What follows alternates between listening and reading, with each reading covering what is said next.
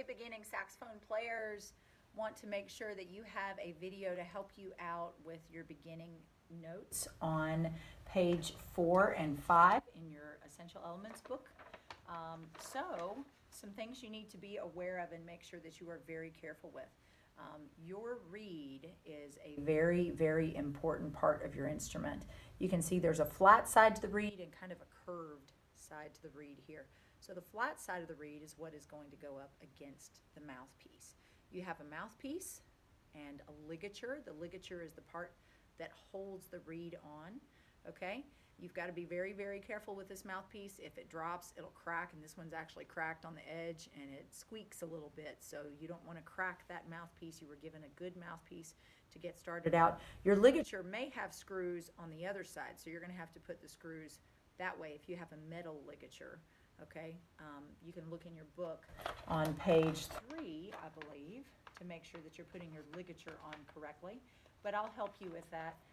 If you've got a question. Yes, there's a metal ligature in the picture. So if you look on page 3, that'll show you the metal ligature. This one is called a Rovner ligature, and I prefer these, so I'm going to try to get everybody on these kind of ligatures. So take that reed. It's new, and it is yours. Don't share your reed, and take very good care of that tippy top edge. Put it in your mouth. Soak it a little bit. It's just a piece of wood. All right. When you're finished, you're going to wipe that off and slide it back very carefully in the case to protect that tip of the reed. Okay, so I'm going to line it up on my mouthpiece, at the top of my mouthpiece, basically to where the reed and the mouthpiece are exactly in alignment. Okay, hold it there, put your ligature on with the big part of the ligature going on the bottom because it's bigger on the bottom of the mouthpiece than the top. Line up your mouthpiece and your reed. And then tighten your ligature down pretty good and tight.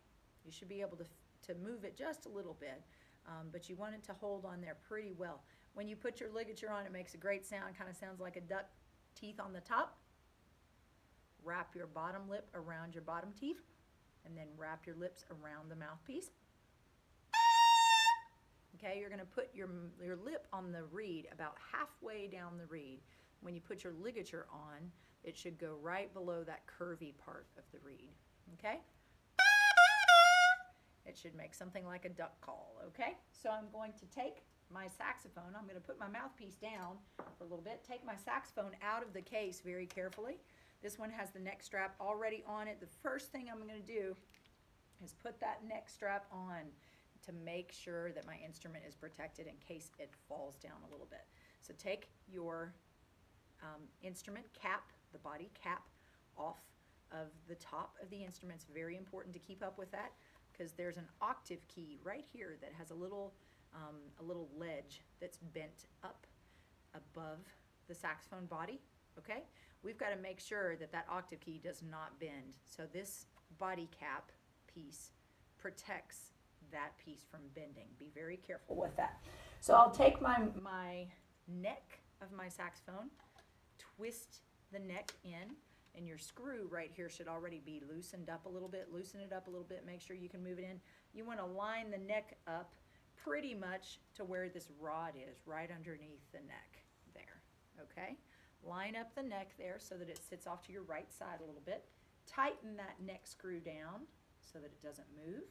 You also want to make sure that your neck cork stays kind of moist, and we use something called cork grease. It looks like chapstick, but it's not. You don't want to use this as chapstick, folks. Put a little bit of cork grease on the neck cork, and if you don't have any cork grease, see me and I will get you some. Or you can use Vaseline. Vaseline works just fine, and it will not stain your pants, so you can just take care of that. Put your mouthpiece with the reed onto the neck cork and slide it on pretty good and far so it doesn't fall off. We'll work on tuning and help you get that marked. So I'm going to, all right guys, so we are looking at page 4.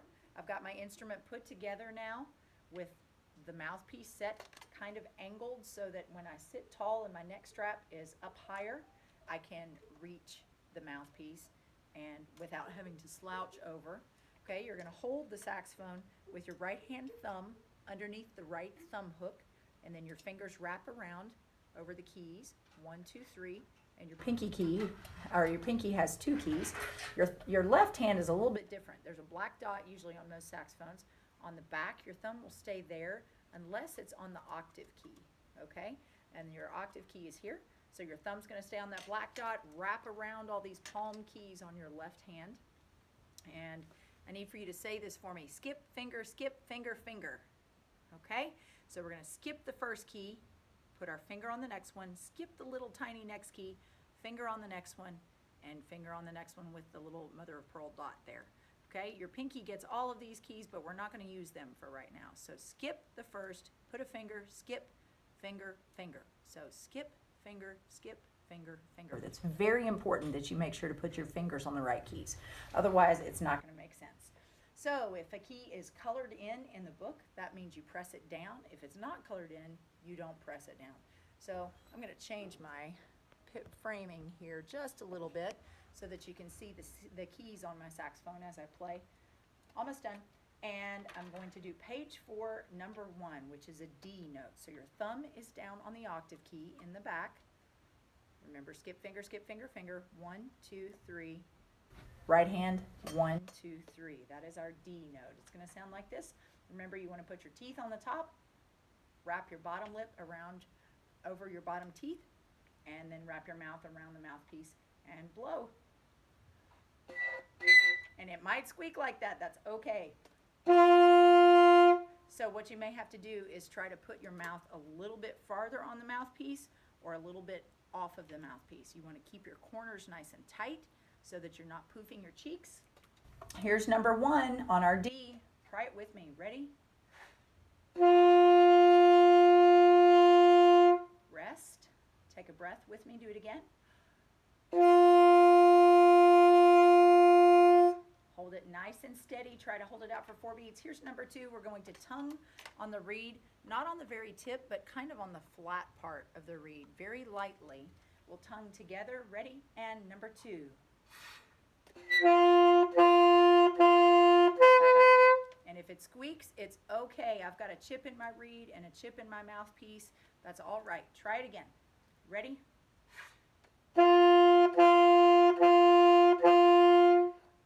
We'll do it again. Ready? And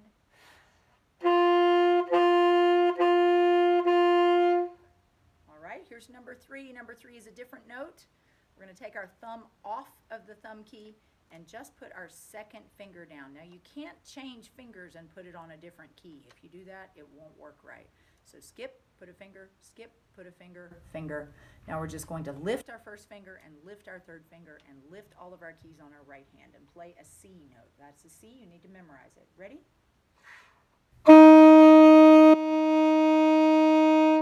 Do it again with me. Ready? And now we're going to change fingers, but you can't stop and look at what your keys are. You have to remember how to go from the C to the D. Here is number 4. Ready? And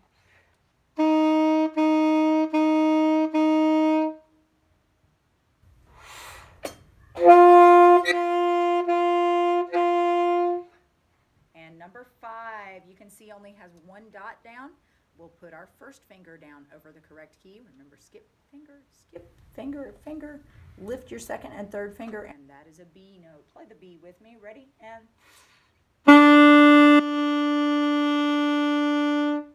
do it again. Breathe together.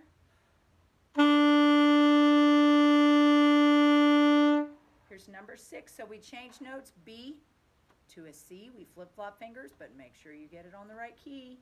And then to a D. That one may squeak a little bit. Be careful that you don't touch any of the side keys on the instruments right here or right here.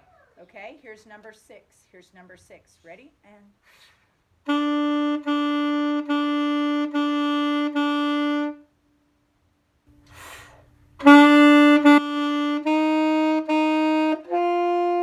do it again with me.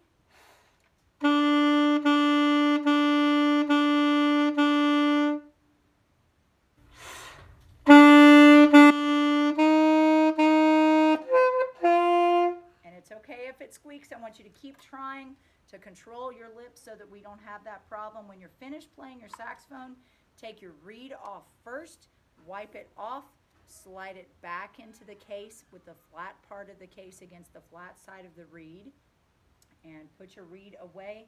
Take your mouthpiece off, put it inside your case. You probably have a mouthpiece cap, and you can put that mouthpiece cap right over your mouthpiece inside your case. Take the neck off. Remember to unscrew the top before you try to twist the neck off. Twist it off, fit it in the case. These cases work really well to have the neck kind of go upside down like this inside of the case so it won't jingle around. Take your body of your instrument, put the body cap on the top of the instrument so that we don't have that octave key getting bent. You can take your neck strap off or you can leave it on. Put the body of the instrument in the case, zip up the entire case, and be ready to practice and work hard again. I look forward to seeing you.